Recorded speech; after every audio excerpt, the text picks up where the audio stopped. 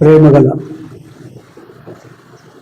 ప్రియమైన పరిశుద్ధుడవైన సజీవమైన నిజమైన నిత్య జీవము కలిగిన సత్యదేవుడవైన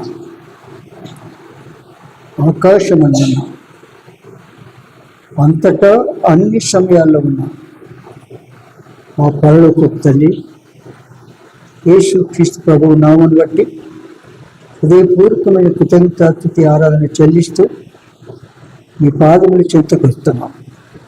అవ్వా, కొంత సమయాన్ని మీరు స్తుతించి పాడి కీర్తించి గణపరచులు ఉపరించినందుకే స్తుతిస్తూ వాళ్ళలో పాల్పొందనగా వాక్య క్రియలలో మమ్మల్ని మేము పరీక్షించుకొని సరి చేసుకొని యోగ్యముగా పాలు పొందటానికి కృప దయచేయండి. చదువుకునే లేఖన భావం ద్వారా మాతో మాట్లాడు. నీ మెల్లని స్వరాన్ని వినిపించు. వాక్యము వెల్లడి ఎవరితో వెలుగు మాలు తీసుకుని కానీ పాపికి రక్షణ విశ్వాసకి ఎదుగుదల ముందుకు నడిచే ప్రజగా అధికమైనకు నడిపించు. మా సహవాసం ఎంతో దీర్ఘకరంగా చేయి. నిష్ప్రయోజకుడనే నన్ను జ్ఞాపకం చేసుకొని మీ శిల్వ తోటను మరుగుపరిచి కాలు చేసి మీ ఆత్మహత్యని వాడుకోవాల్సిందిగా కోర్చు. సమయోచిత సారి నాకు అనుగ్రహించమై పొందాను. యేసు నామమున స్తుతించి ప్రార్థించి వేస్తున్నాము తండ్రి. యోబు గ్రంథము 39వ అధ్యాయం 5 నుంచి 8 వరకు చదువుకున్నాం. నేను ఒక వచనం చదువుతాను, మీరు ఒక వచనాన్ని చదువు. అడవి గాడిని తోలి స్వేచ్ఛగా పోనిచ్చిన వాడెవడు?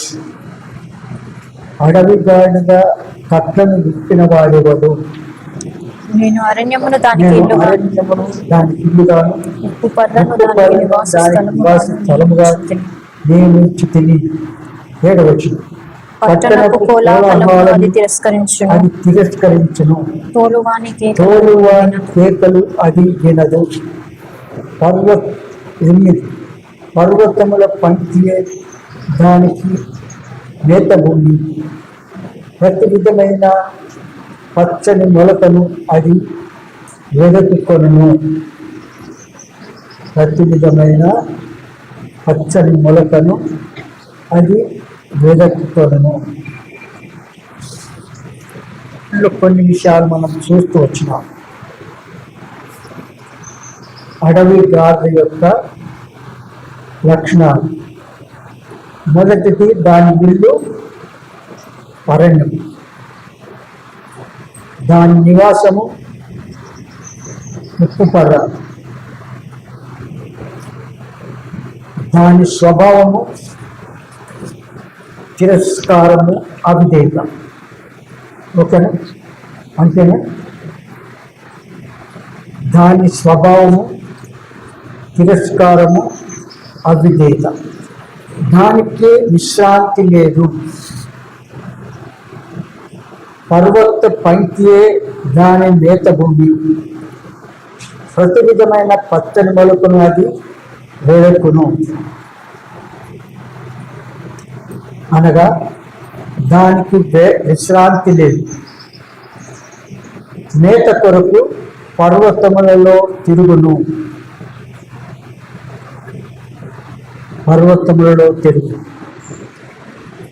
పాపికి కూడా నెమ్మది లేక లోకంలో నెమ్మది కొరకు వెదకుచూ తిరుగుతున్నాడు. నెమ్మది కొరకు ఏం చేస్తున్నాడు? లోకంలో తిరుగుతున్నాడు.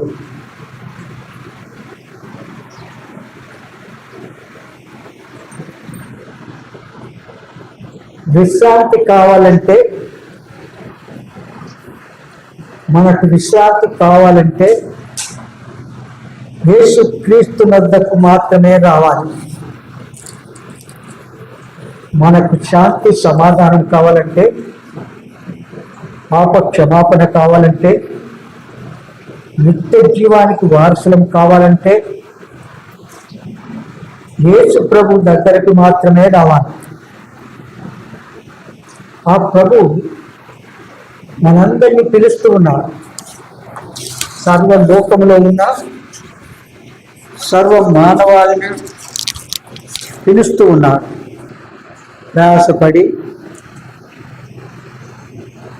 భారము మోసుకొనుచున్న సమస్త జనులారా నా యొద్దకు రండి, నేను మీకు విశ్రాంతి కలుగచేస్తాను. మార్క్స్ వార్త మత్తయి సువార్త 11:28. ప్రయాసపడి భారము మోసుకొనుచున్న సమస్త జనులారా నా యొద్దకు రండి, నేను మీకు విశ్రాంతి కలుగజేతును. ఏం చేస్తాడు?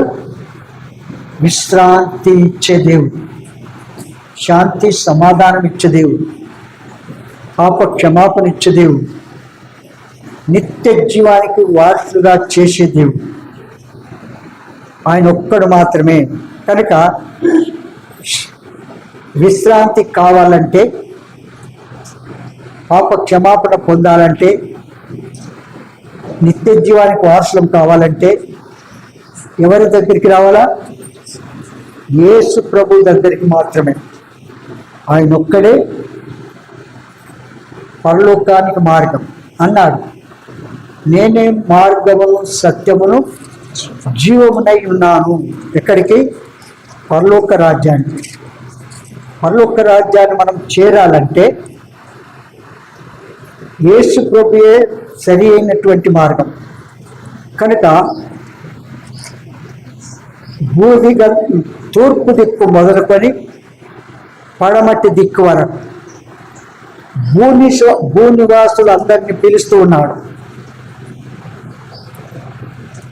భూనివాసులందరినీ పిలుస్తూ ఉన్నాడు. పిలుస్తున్నాడా? కీర్తనలు 50వ అధ్యాయము 1వ వచనం.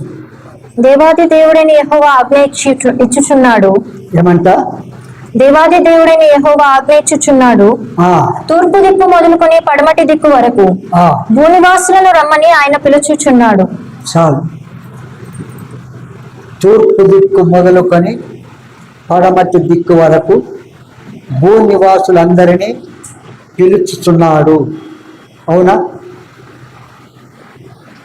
49:102 వచనాలు. సర్వజనులారా ఆలకించుడి. ఎవరు? సర్వజనులారా ఆలకించుడి.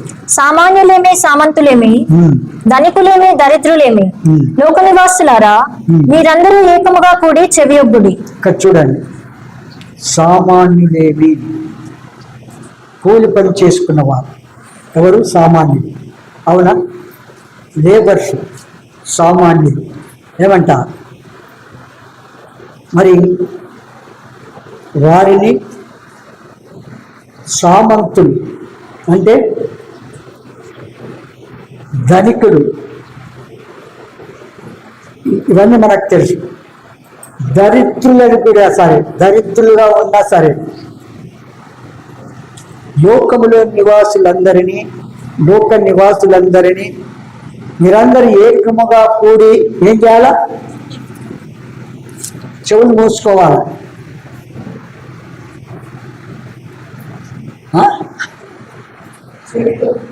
आंख मोचना और क्या?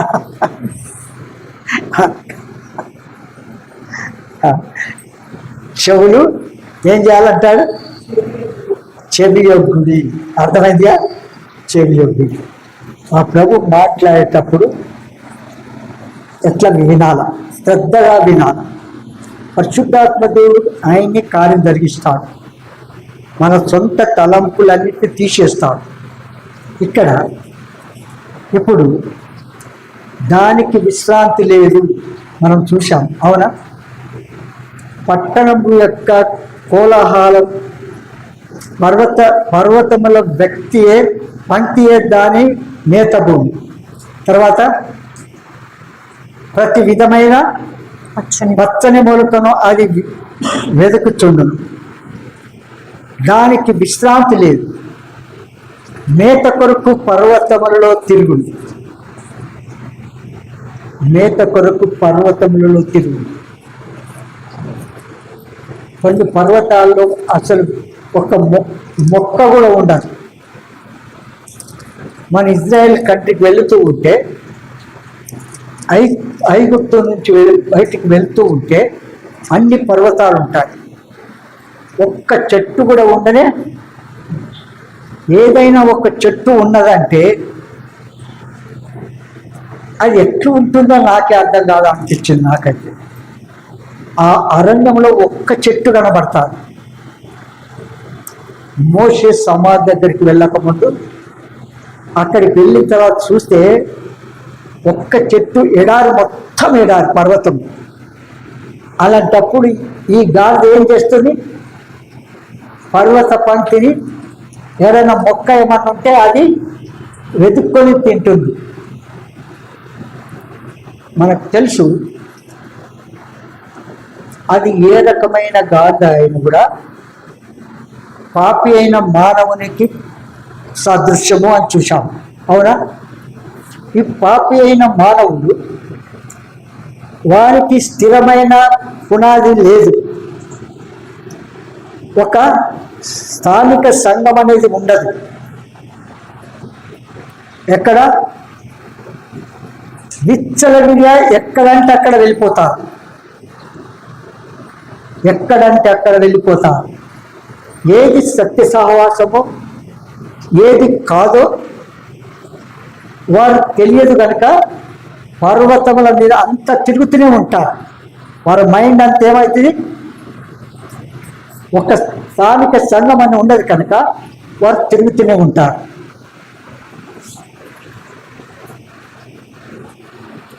నా బాల్యములో నేను రక్షింపబడిన దినాల్లో, ప్రభు కృపచేత రక్షించబడిన దినాల్లో ఎప్పుడైతే ఈ సత్య సహవాసాన్ని కలిగి ఉన్నానో,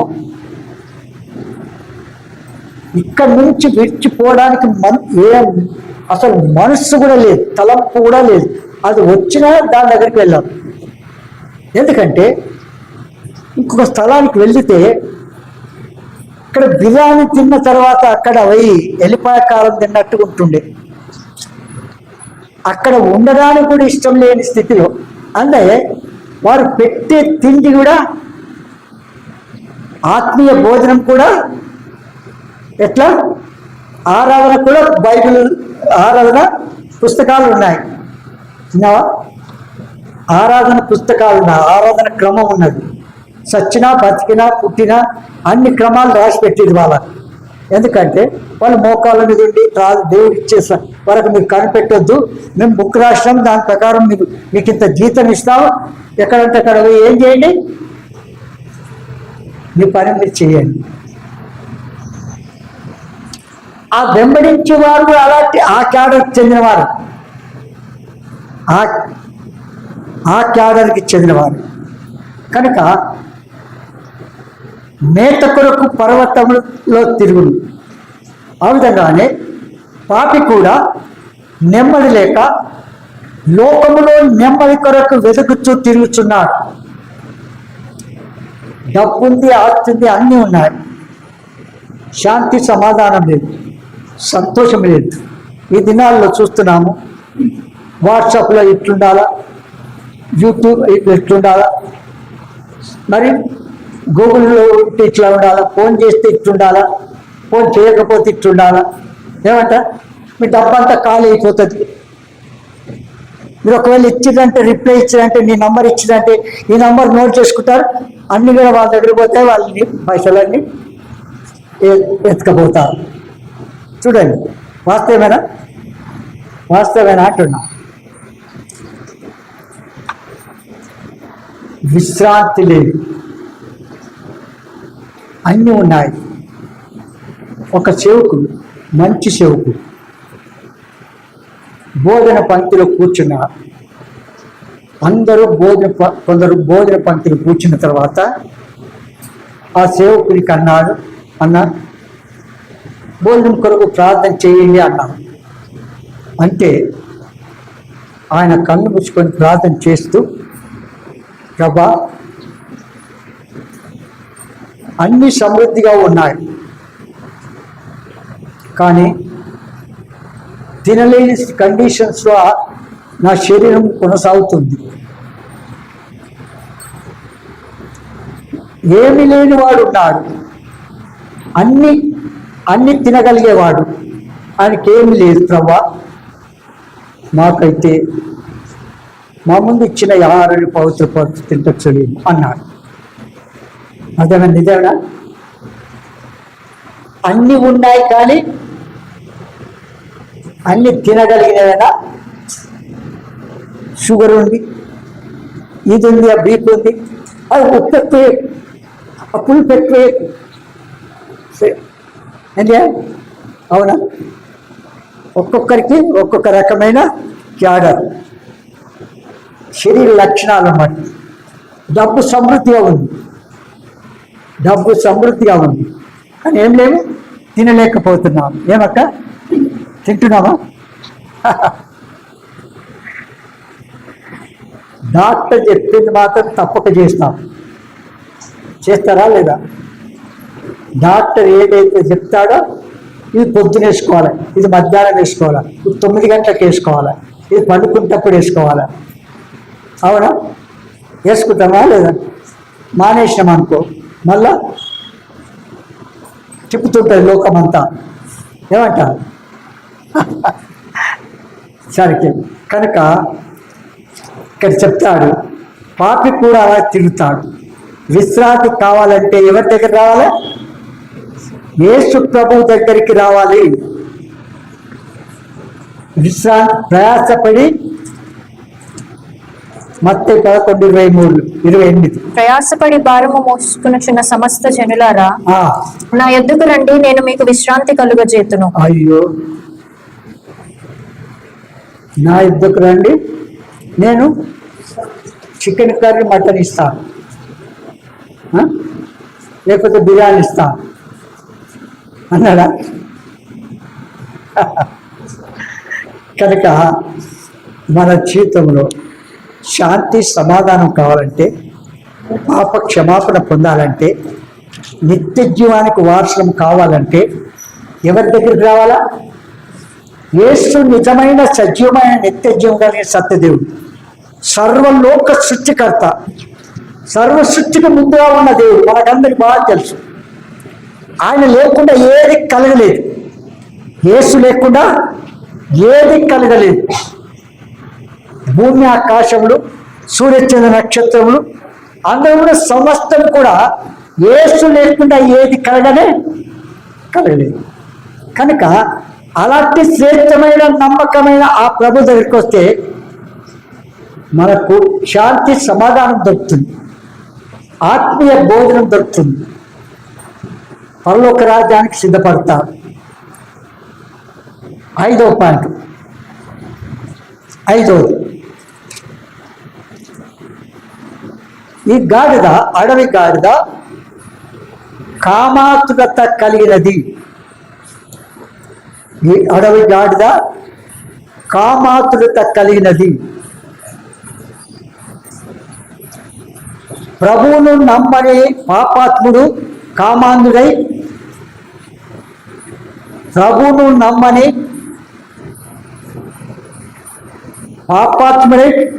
పాపాత్ముడు కామాంధుడై, కామాభిలాష కలవాడై, కామాతురత కలిగిన వాడై అడవి గాడిద వలె తిరుగుచున్నాడు. అడవి గాడిద వలె తిరుగుచున్నాడు.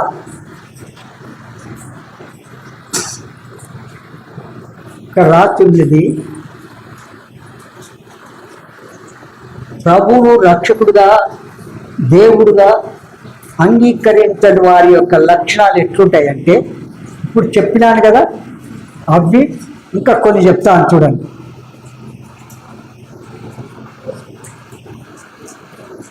చెప్పడం కంటే చదవడం మంచిది. ఇర్మియా గ్రంథం 17వ అధ్యాయం,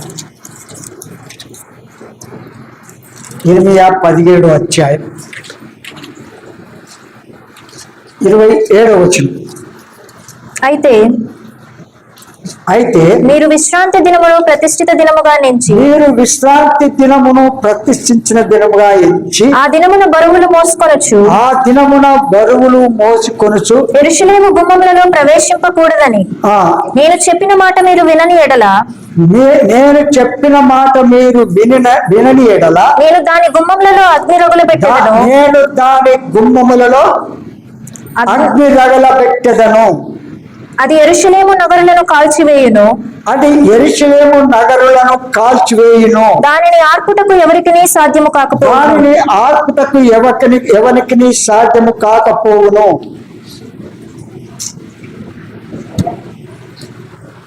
యెరూషలేము పట్టణాన్ని, దేవుని మందిరాన్ని, సొలొమోను కట్టించిన మందిరము,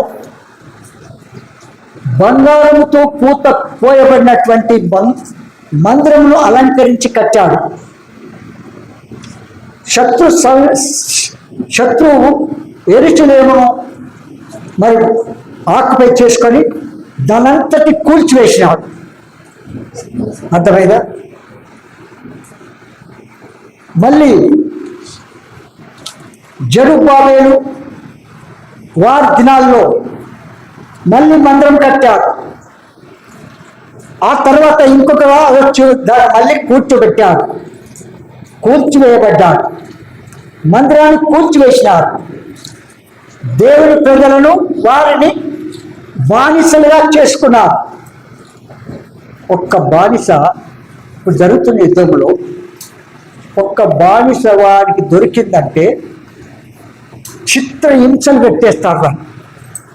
ఒక్క బానిస, ఒక సైనికుడు శత్రువు అయిన సైనికునికి దొరికితే వాడిని కూర్చోబెట్టి చిత్ర హింసలు చేస్తారు. ఇంత అంత కాదు, ఇది చూసిన వారికి తెలుస్తుంది. అయితే అందుకే ప్రభు అంటాడు, ఏమంటాడు మళ్ళీ చదవండి. అయితే మీరు విశ్రాంతి దినమును ప్రతిష్ఠ దినముగా నుంచి ఆ దినమున బరువులు మోసుకొనొచ్చు యెరూషలేము గుమ్మములలో ప్రవేశింపకూడదని నేను చెప్పిన. చూడండి ప్రభు ఏమన్నాడు. ప్రభు దినమందు ఒక్క మాట చెప్పాలంటే ఏ పని మీరు చేయకూడదు. ప్రభు దినమందు ప్రభు మందిరంలో గడపాలి. ప్రభు దినమందు ఏం చేయాలా? ప్రభు మీద యెరూషలేము గుమ్మములో ప్రవేశింపకూడదని నేను చెప్పిన మాట మీరు వినని ఎడల ఏమంటాడు? ఆ దినం బరువులు మోసుకోకూడదు, యెరూషలేము గుమ్మములో ప్రవేశించి నేను దాని గుమ్మములో అగ్ని రగులబెట్టెదను. చూడు, దేవుని పట్టణం, దేవుడు ఏర్పాటు చేసుకున్న దేశం, అవునా? హోలీ ల్యాండ్ అంటారు దాన్ని. ఏం దాన్ని? హోలీ ల్యాండ్, అవునా? యెరూషలేము పట్టణం మొత్తం ఆ ల్యాండ్ అంతా హోలీ ల్యాండ్ అని ఏ దేశానికి ఉన్నదా? ఏ కంట్రీకైనా ఉన్నారా చెప్పండి? ఆ పరిశుద్ధ పట్టణం ఒకటే. అయితే ఇక్కడ అంటాడు, యెరూషలేము గుమ్మములలో ప్రవేశింపకూడదని నేను చెప్పిన మాట మీరు వినని ఎడల నేను దాని గుమ్మములలో అగ్ని రగలబెట్టెదను, అది యెరూషలేము నగరులను కాల్చివేయును, దాన్ని ఆపుటకు ఎవరికి సాధ్యము కాదు. దేవుడే పని చేస్తున్నాడు. కారణం ఏంటి? దేవుడి పట్టణాన్ని, హోలీ ల్యాండ్ను, పరిశుద్ధ మందిరాన్ని కాల్చివేస్తున్నాడంటే దానికి కారణం ఎవరు? ఆ కంట్రీలో, ఆ పట్టణంలో, ఆ సంఘంలో నివసించేవారి కారణం. ఇంకెవరు కాదు, ఇంకెవరు కూడా కాదు. ఎవరు కూడా దాన్ని ఆర్పలేరు. ఎవరు కూడా దాన్ని మనం యెరూషలేము క్షేమం కొరకు ప్రార్థన చేయండి అంట వాక్యంలో ఉంది, అవునా? అయితే ప్రార్థన చేస్తారు, దేవుడి ప్రజలు చేస్తారు.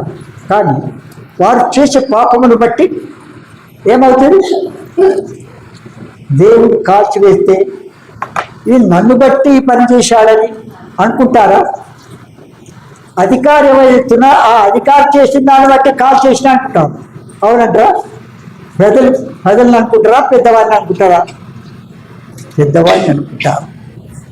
కనుక ఆ పని చేయకుండా దేవునికి కోపం రాకుండా ఉండాలంటే ఏం చేయాలి? గాడిద ఏం చేయాలా?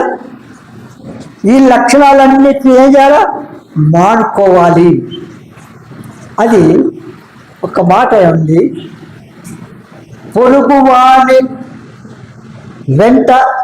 పొరుగువాని భార్య వెంట సకిలించుచున్నాడు.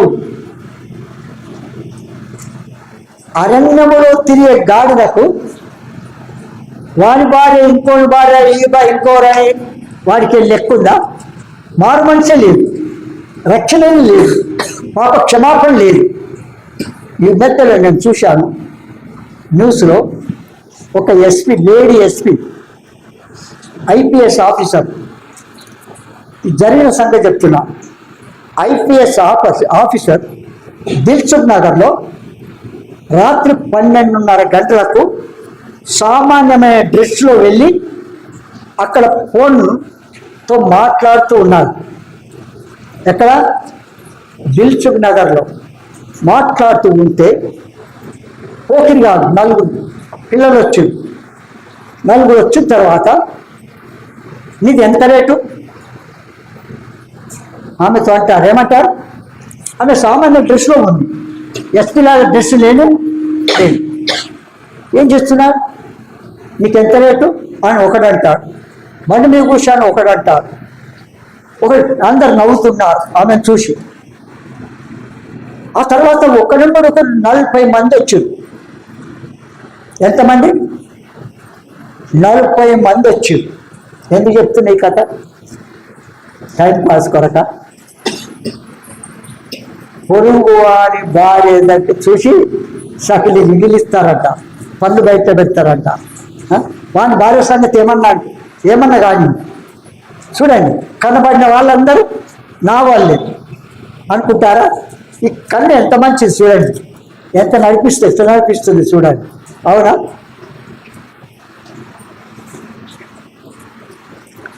ప్రస్తుత లోకంలో సినిమాలు, నవలాలు, వాల్ పోస్టర్లు కామ వికారమును ప్రతిబింబింపచేయుచున్నాయి. ప్రస్తుత ప్రపంచము ఆనాటి సొదమ గొమొర్రాల కంటే ఏమాత్రము తక్కువ కాదు అంటారా? అయితే ఎస్పీ వాళ్ళ సంగతి పూర్తి చెప్పలేదు. 40 మంది దాకా గ్యాదర్ అయ్యి ఏమని చూసి ఆమె ఎక్కడో ఈ పోలీసులు సీక్రెట్గా పెట్టింది. ఆమె దగ్గర లేకుండా, ఎవరికి కనబడకుండా వెంటనే వచ్చింది పోలీసు వాళ్ళు. వెంటనే వచ్చి వారందరినీ పట్టుకున్నారు. ఎవరిని? ఆ ఎస్పీ డ్రెస్లో వచ్చి ఆడగూర్చుంది. సివిల్ డ్రెస్ తీసేసి వారి యూనిఫామ్ డ్రెస్, ఎస్పీలు ఏముంటాయి, ఏ డ్రెస్ ఉంటుందో ఆ డ్రెస్ వేసుకొని పోలీస్ స్టేషన్కి వచ్చింది. వాళ్ళందరినీ కూర్చోబెట్టి ఇంకొకరైతే వీపు చింతపండు చేస్తారు. కానీ ఆమె వారందరికీ నచ్చ చెప్పి ఇక మీద మరి పని చేయకూడదు, మరి అందరి పేరు రాసుకుంటాను, చేసినారంటే మేము ఏం చేస్తాను, చింతపండు చేస్తాను అని వదిలేసిపోయింది. క్షమించి వదిలేసి వెళ్ళిపోయింది. ఏం చేసింది? ఈ లక్షణాలు, వాళ్ళకి ఏం లక్షణాలు ఉంటాయి? అరణ్యంలో తిరిగే గాడిదకి ఏం లక్షణాలు ఉంటాయి? పరిశుద్ధ సంఘంలో లేని జీవితాల లక్షణములు, స్వరక్తమిచ్చుకోవడం సంఘంలో లేని వారి యొక్క లక్షణములు, వారి మాటలు, వారి తలంపులు, వారి క్రియలు, వారి కూర్చుంటా లేస్తా పరుంటా, వారి వేష భాషలు ఎట్లుంటాయి చెప్పండి? చాలా బాగుంటాయా? ఉండదు. అలాంటిది నచ్చుతాయి కనుక అక్కడ వెళ్ళిపోతారు. కనుక ఆనాడున్నటువంటి సొదమ గొమొర్రా కంటే ఏమాత్రము తక్కువ కాదు. కామాతుత బట్టే జాగ్రత్తము, వ్యభిచారము పెచ్చరిల్లిపోయినాయి, ఎక్కువైపోయినాయి. కుటుంబములు, వ్యక్తిగత జీవితములు ఈ నీచ పాపమును బట్టి కూలిపోతున్నాయి. చెప్పాలంటే ఒకరొకరు చూడండి, మంచి భర్తలను ఇచ్చిపెట్టి విలాసం ఇచ్చి వేరే వెంబడి వెళ్తున్నారు. చూడండి, పొడుగు ఇట్లా అనుకుంటా యాక్షన్స్, వాళ్ళ వేషాలు, వాళ్ళ భాషలు, వాళ్ళ తీరు ఎట్లుంటుంది అనుకున్నావు. ఇంత అంత కాదు. వాళ్ళు చూడండి, వాళ్ళు ఎట్లా డాన్స్ చేస్తున్నారు, సినిమా హాల్ ఎట్లుంటుంది, ఎంత యాక్షన్ చేస్తున్నారు. కనుక సినిమా హాలు పాపము చేయడానికి కారణమైనటువంటిది. ఎట్లు పాపం చేయాలో అది చూపిస్తూ ఉంటుంది. ఆ దినాల్లో సినిమా హాళ్ళు ఉండే, దినదినము మారుతూ ఉన్న కొద్దీ ప్రతి ఇంటికి టీవీ వచ్చింది. సినిమాలు అక్కడే ఉన్నాయి, బయటికి వెళ్ళవలసిన అక్కర లేదు. ప్రతి ఇల్లు టీవీలు ఉన్నాయనుకుంటే, సినిమాలు ఉన్నాయనుకుంటే, ప్రతి ఒక్కరితో జేబులోనే ఉంది ఈ సినిమా. ఉందా? ఏమక్క ఉన్నదా? ఫోన్ తీసి ఏం చేస్తున్నారు? చిన్న చిన్న పిల్లలు చెడిపోవడానికి కారణం. కనుక అంటాడు ప్రభు, దుష్టుల ఆలోచన చొప్పున నడవక, పాపుల మార్గమున నిలవక, అపహాసకులు కూర్చుండు చోట కూర్చుండక, యెహోవా ధర్మశాస్త్రమును దీవారాత్రులు ధ్యానించేవాడు. అయ్యో, అంత ఎక్కడి ప్రభా, పొద్దున లేచింటి కడుగుడు తిరుగు కొట్టుకుని స్నానం చేసాడు, వంట చేసాడు, ఉరుకు మళ్ళీ రాగానే మళ్ళీ ఎప్పుడో వస్తానయ్యా, అలసిపోతాడు. మళ్ళీ ఏం చేస్తాడు? వండు ఇంత తిరుగు మళ్ళీ పడుకోండి. నీ దగ్గర జరిపేంత టైం ఎక్కడుందయ్యా నాకు? చూడండి, నరకానికి పోవడానికి ఎన్ని ప్లాన్లు వేస్తారంటే దేవుని భయం విడిచి తిరిగే ప్రయత్నం. ఎందుకంటే అడవి కాంతి యొక్క లక్షణాలు ఏంటిది? అడవి కాంతి యొక్క లక్షణాలు ఏంటి ఇప్పుడు చెప్తూ వచ్చినాను. వారు కుటుంబములు, వ్యక్తిగత జీవితము ఈ నీచ పాపమును బట్టి కూలిపోతున్నారు. కామమునకు కళ్ళు లేవు, ప్రభువును ఎరగని వారు దీనిలో కూడుకొని పోతున్నారు. ప్రభువును రక్షకుడుగా, దేవుడుగా అంగీకరించని వారు, పేరుకు క్రైస్తవులు చెప్పుకునేవారు, వారు బోధకులైనా ఇంకా ఎవరైనా సరే, వారు ఎలాంటి వారు? ప్రభువుని ఎరగని వారు దీనిలో కూరుకొని పోతున్నారు. అందుకే అంటాడు ప్రభు, ఓ విశ్వాసి, ఓ సేవకుడా, ఏమంటాడు? నీవు ఈ విషయంలో జాగ్రత్తగా ఉండు. నువ్వు ఈ విషయంలో జాగ్రత్తగా ఉండు. కనుక దేవుని పరిశుద్ధుల్లో కలిసి జీవించాలి, అది దేవుని యొక్క ఉద్దేశం. కనుక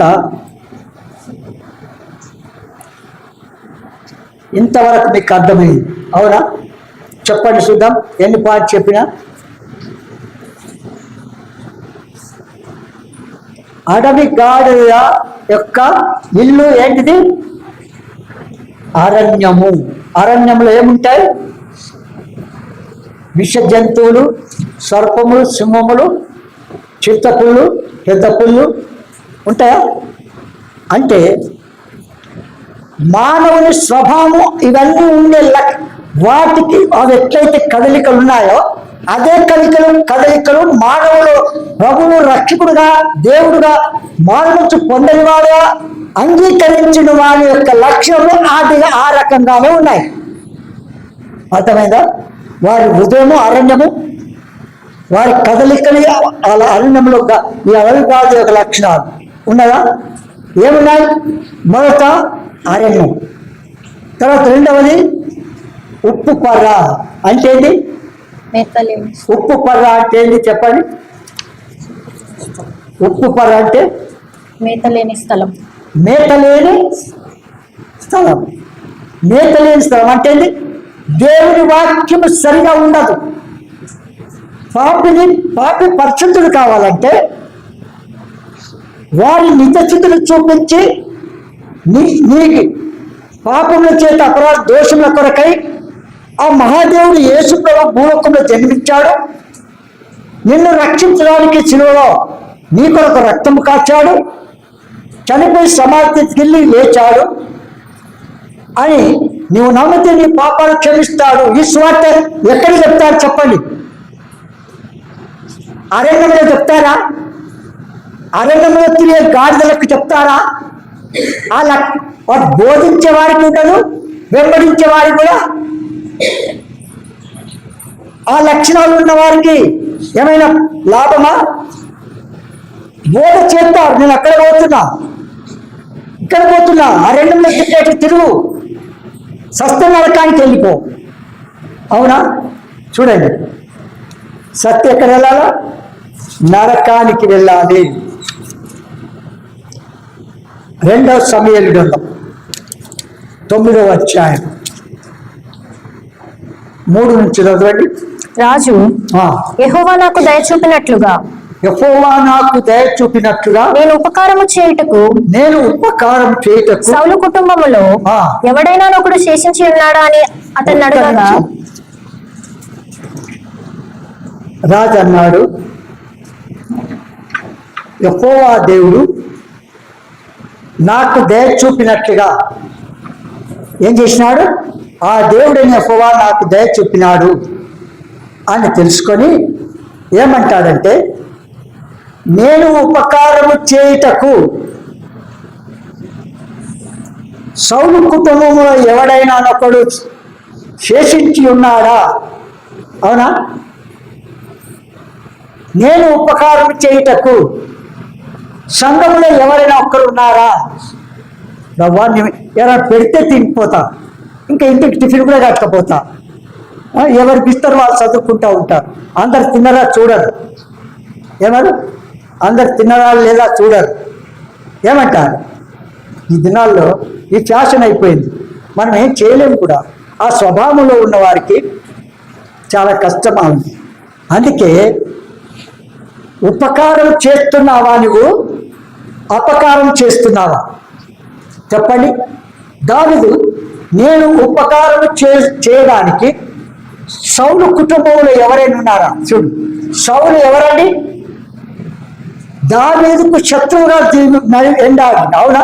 చంపడానికి వెంటాడు. ఎంత యాక్షన్ చూస్తే ఇష్ట మారేస్తే ఆ ఈటే ఎవరొస్తున్న వెంబడే తను తప్పించుకొని దగ్గరికి వస్తే కూర్చుని పెట్టుకున్నవి లోపల ఎంత విషపు చూపు అంటే, ఈ అరణ్య గాడిదలకు అలాంటి లక్షణాలు ఉంటాయి. అరణ్యంలో తిరిగే గాడిదలకు ఆ విషపు చూపులు ఉంటాయి. మేలు చేద్దామని ఉంటుందా? కీడు చేయడానికి వెనుకాడే లక్షణాలు ఉంటాయి. కానీ శత్రువు అయినప్పటికీ కూడా ఆ కుటుంబంలో ఉపకారం చేయడానికి ఎవరైనా ఉన్నారా? ఆ కుటుంబం నాకు ఇట్లా చేసింది, నేను వాళ్ళ ముఖం చూడను, వాళ్ళతో మాట్లాడను, ఏమైనా నాకు అక్కర్లేదు అంటాం. మనమైతే అంటామా లేదా? అంటావా లేదా? కానీ దావీదు శత్రువు అయినప్పటికీ కూడా ఆ కుటుంబంలో ఎవరైనా ఉన్నారా అడుగుతున్నాడు ఉపకారం చేయడానికి. మనం దేవుని పిల్లలముగా, పరిశుద్ధులముగా, సేవకులముగా మనం ఏమి ఉపకారం చేస్తున్నాం? ఎవరికి ఉపకారం చేస్తున్నాం చెప్పండి?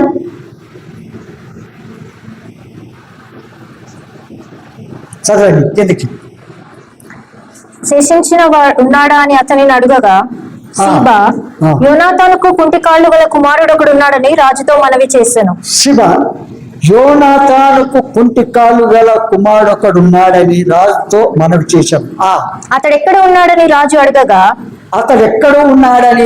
అడగగా సీబా చిత్తగించుము, అతడు లోదెబారులో అమ్మీయేలు కుమారుడు మాకీరు ఇంటినున్నాడని రాజుతో అనెను. లోదెబారులో అమ్మీయేలు కుమారుడు మాకీరు ఇంట ఉన్నాడని రాజుతో అన్నారు.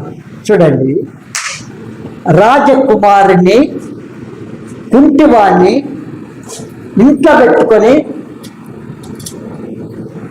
మనకి ఎలాంటి సంబంధం లేకపోయినా నేను పోషిస్తానని చెప్పగలిగిన వారు ఉన్నారా? నాకే ఒక పూట ఉండదు, ఒక పూట ఉంటే ఒక పూట పస్తుంటారు. ఏమంటారు? మన చెప్పే సాకులు. అవునా? మాకీరు చాలా ఎలాంటి వాడు? మంచి బుద్ధి కలిగిన వాడు. తనవాడు కాకపోయినా ఆ కుంటివాడైన మెఫీబోషెతును పెట్టుకొని పోషిస్తూ ఉన్నాడు. అప్పుడు రాజు ఫలానా దగ్గర ఉన్నాడన్న సంగతి తెలిసి అక్కడి నుంచి పిలిపించి చదవండి, ఇప్పుడు చదవండి. అప్పుడు రాజైన దావీదు మనుషులను పంపి లోదెబారులోనున్న అమ్మీయేలు కుమారుడుగా మాకీరు ఇంటి నుండి అతన్ని రప్పించెను. సౌలు కుమారుడైన యోనాతానునకు పుట్టిన మెఫీబోషెతు దావీదు నొద్దకు వచ్చి సాగిలపడి నమస్కారము చేయగా దావీదు మెఫీబోషెతు అని అతన్ని పిలిచినప్పుడు అతడు చిత్తము, నీ దాసుడనైనా నేనున్నానెను. అందుకు దావీదు, నీవు భయపడవద్దు, నీ తండ్రి అయిన యోనాతాను నిమిత్తము నిజముగా నేను నీకు ఉపకారము చూపి నీ పితరుడైన సౌలు భూమి అంతయు నీకు మరలా ఇప్పింతును. మరియు నీవు సదాకాలము నా బల్ల యొద్దనే భోజనము చేయుదువని సెలవీయగా అతడు నమస్కరించి, చచ్చిన కుక్క వంటి వాడనైన నా ఎడల నీవు దయచూపుటకు నీ దాసుడనగు నేను ఎంతటి వాడను అనెను. ఇక్కడ చూడండి, నీ తండ్రి అయిన సౌలును బట్టి నేను ఉపకారం చేస్తాను, నువ్వు భయపడద్దు. నేను నీకు ఉపకారం చూపి నీ పితరుడైన సౌలు భూమి అంతయు నీకు మరలా, ఇక్కడ చూడండి, సౌలు భూమి అంతయు నీకు మరలా ఇప్పింతును. ఏదైతే కోల్పోయామో అదంతా నీకు మళ్ళీ ఇప్పిస్తాను. మరియు నువ్వు సదాకాలం నా బల్ల యొద్దనే భోజనం చేయదు అని సెలవిచ్చాడు. అవునా? సదాకాలం రాజ్య భోజనం ఎట్లుంటుంది? రాజు తినే భోజనం ఎట్లుంటుంది? పవిత్రమైంది, శ్రేష్టమైంది, రుచికరమైంది, బలమునిచ్చేది, ఆరోగ్యాన్ని ఇచ్చేది. అవునా? అలాంటి శ్రేష్టమైన ఆహారంతో నేను పోషిస్తాను అని అంటే, ప్రవ్వా నేను ఇక్కడికి రాను, నేను అరణ్యంలోనే తిరుగుతాను. ఏం చేస్తాను? అరణ్యంలోనే తిరుగుతాను అంటే ఎవరు వద్దన్నారా? తిరగండి. కనుక మన జీవితంలో దేవుడు ఏమైతే చెప్తున్నాడో తన ప్రజలతో మాట్లాడుతున్నట్టుగా ఈ దినం మనతో మాట్లాడుతున్నప్పుడు మనం ఎలా ఉంటున్నాము అనేది పరీక్షించుకోవాలి. మనం ఎలా? అప్పుడు మెఫీబోషెతు అంటాడు, చూడండి 7వ వచనం చదవండి. అందుకు దావీదు, నీవు భయపడవద్దు, నీ తండ్రి అయిన యోనాతాను నిమిత్తము నిజముగా నేను నీకు ఉపకారము చూపి నీ పితరుడైన సౌలు భూమి అంతయు నీకు మరలా ఇప్పింతును. మరియు నీవు సదాకాలము నా బల్ల యొద్దనే భోజనము చేయుదువని సెలవీయగా అతడు నమస్కరించి, చచ్చిన కుక్క వంటి వాడనైన నా ఎడల. అతడు నమస్కరించి, ఎలాంటి వాడు? చచ్చిన కుక్కలా, బతికిన కుక్కలా? బతికిన కుక్కలు ఏం చేస్తాయి? ఎవరిని ఏం దొంగలు తీసుకుపోతారో అది ప్లేన్ కానీ, బస్సు కానీ, ట్రైన్ కానీ, ఏదైనా సరే అవి పరిగెత్తుకొని వెళ్ళి ఆ ఏ బోగిలో ఉంటే, ఏ ప్లేన్లో ఉంటే ఆ ప్లేన్లోకి వెళ్ళిపోయి ఎవరైతే బాంబును తీసుకొని వెళ్తున్నారో ఆ వాసన నుంచి ఆ బ్యాగును తీసుకొని వెంటనే దాన్ని బయటికి లాగి ఎక్కడైతే నీళ్ళు ఎక్కువ ఉంటాయో అక్కడ వరకు తీసుకుని పోయి అన్న వెళ్ళి పారేస్తారు. పారవేయగానే బాంబు అంతా పేలిపోతుంది. పేలిపోతుంది. జంతువులకు ఎంత జ్ఞానం ఉంది, అబ్బబ్బా, జంతువులకు ఎంత జ్ఞానం ఉంది అంటే అంత ఆ లక్షణం మనిషిలో ఉంటే ఎంత బాగుంది అనిపించింది. చూడండి, కొన్ని గాడిదలు, గుర్రములు, కోతులు ఇది దేవుడే బయలుపరుస్తాడు అనుకుంటా. ఈ బస్సులు ట్రైన్లు నడుస్తున్నాయి అనుకో, నడుస్తూ ఉంటే అది కూలిపోతుందనే వీటి ముందుగా తెలిసి దాన్ని అక్కడికి వెళ్ళి అడ్డుపడి ఆ ట్రైన్ కదలకుండా చేస్తాయి. అప్పటికి ఏం చేస్తాయా వాళ్ళు, ఏం చేస్తారంటే ఆ కోతని బాగా కొడతారు, తెలియక కొడితే అది ఏడ్చుకుంటూ పోయి చూస్తే ఆ ఎక్కడైతే బాంబు ఉందో దాన్ని తీసుకొని పోయి అది వేసినప్పుడు ఆ ప్లేన్లో ఉన్న అందరూ దిగి సంతోషముగా దానికి ఏం చేస్తున్నారు. మనకున్నదా అంటున్నా, ఏం చేస్తున్నాం మనం? ఉపకారం చేస్తున్నామా? సచ్చిన కుక్క లాంటి వారికి ఏం చేయాలా? జీవమును పొయ్యాలి. కనుక మన జీవితంలో ఎప్పుడైనా సరే ప్రభు చెప్పింది మనం చెయ్యాలి. కనుక ఏమంటారు, నీకు మొత్తము మీ తాతగారు ఆస్తి అంతా నీకు ఇప్పిస్తారు ఉన్నారా? కనుక దేవుడు అనంత జ్ఞానం, అసాధ్యమైన కార్యములను సాధ్యం చేస్తాడు. కనుక ఆ ప్రభు చెప్పింది మనము లోబడాలా, విధే చూపించాలా, ఆ లక్షణాలు మనలో ఉండాలి. ప్రార్థన చేసుకుంటాం.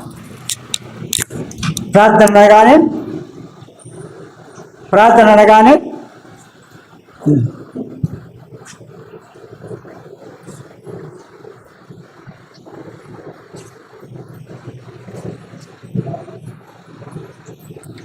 మీరు దేవుని మోకరింపకపోతే మీరు దేవుని పిల్లలే కాదు, సైతాను పిల్లలు. మీరు దేవుడు మోకరించి ప్రార్థన చేస్తే దేవుని కంటే ఎక్కువనా నీవు? చెప్పండి. ఎప్పుడైనా నేర్చుకోండి, ప్రార్థన అనగానే మోకాళ్ళ మీదకి రావాలి. అర్థమైందా? ఆ దినాల్లో అనేవాడు ఆ ఫ్యాషన్ ప్యాంట్లు, ఈ దినాల్లో టైట్ ప్యాంట్లు, మోకాళ్ళ మీద రా, ఇక్కడ ఇట్లా మోకాళ్ళ మీదకి రానికి వస్తుందా? ఆ దినాల్లో బెల్ బాటములు ఇట్లా వీడంతా బోధ చేస్తారంట, ఒప్పుకుంటా ఈ బెల్ బాటం వేసుకొని అనేవాడు. మన జీవితంలో దేవుని రాజ్యం కావాలంటే మనకు మనం దీనిలో కావాలి, మోకరించాలి.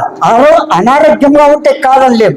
చూడండి, ఆ వృద్ధులు వాళ్ళిద్దరు యశావిస్తారు, గంగమ్మ సిస్టర్, వాళ్ళని చూసి నేర్చుకోండి. అంతకన్నా మంచి ఆరోగ్యం ఉంటే కింద కూర్చుంటారు, సోఫాల మీద కూర్చుంటారు. ఏమైనా వాటి మీకు క్రైస్తవులా? మీరు నిజమైన దేవుని పిల్లలా? మీరు మోకాళ్ళ మీదకి రావాలా. అర్థమైందా? తండ్రి, ఏసునామం పాసన్నికి వస్తున్నాం. మా ముందుకు తీసుకొచ్చిన లేఖన భావములన్నింటిని వర్తనాలు మానవ దువాత విత్తవన్న వాక్యానికి నీరు కట్టి ఫలింపు చేయండి. పాపికి రక్షణ, విశ్వాసకి ఎదుగుదల, ముందుకు నడిచే ప్రజలకు అధికమయకు నడిపించి అడవి గాడి యొక్క లక్షణాలు ఇంకా ఎవరిలోనైతే కొనసాగుతున్నాయో వాటన్నిటిని తొలగించడానికి రవా యేసుక్రీస్తుకు ఒక్కడు మాత్రమే మార్గం. కనుక మీ పిలుపును అందుకొని తమ నిజస్థితిని గుర్తించి సరిచేసుకొని పాప క్షమాపణ పొంది నిత్య జీవానికి వారసుగా చేయవలసిందిగా కోరుతూ వస్తున్నాం. దేవుని పిల్లలమని చెప్పుకొని ఉపకారం చేయలేని బుద్ధి కలిగిన వారుగా ఉంటే అట్టి వారితో మీరు మాట్లాడు. మీ కృప వారికి అనుగ్రహించి మోకరించిన బిడ్డలందరిని బట్టి వందనాలు. యేసునామమున స్తుతించి ప్రార్థించి వేడుచున్నాం తండ్రి. ఆమేన్.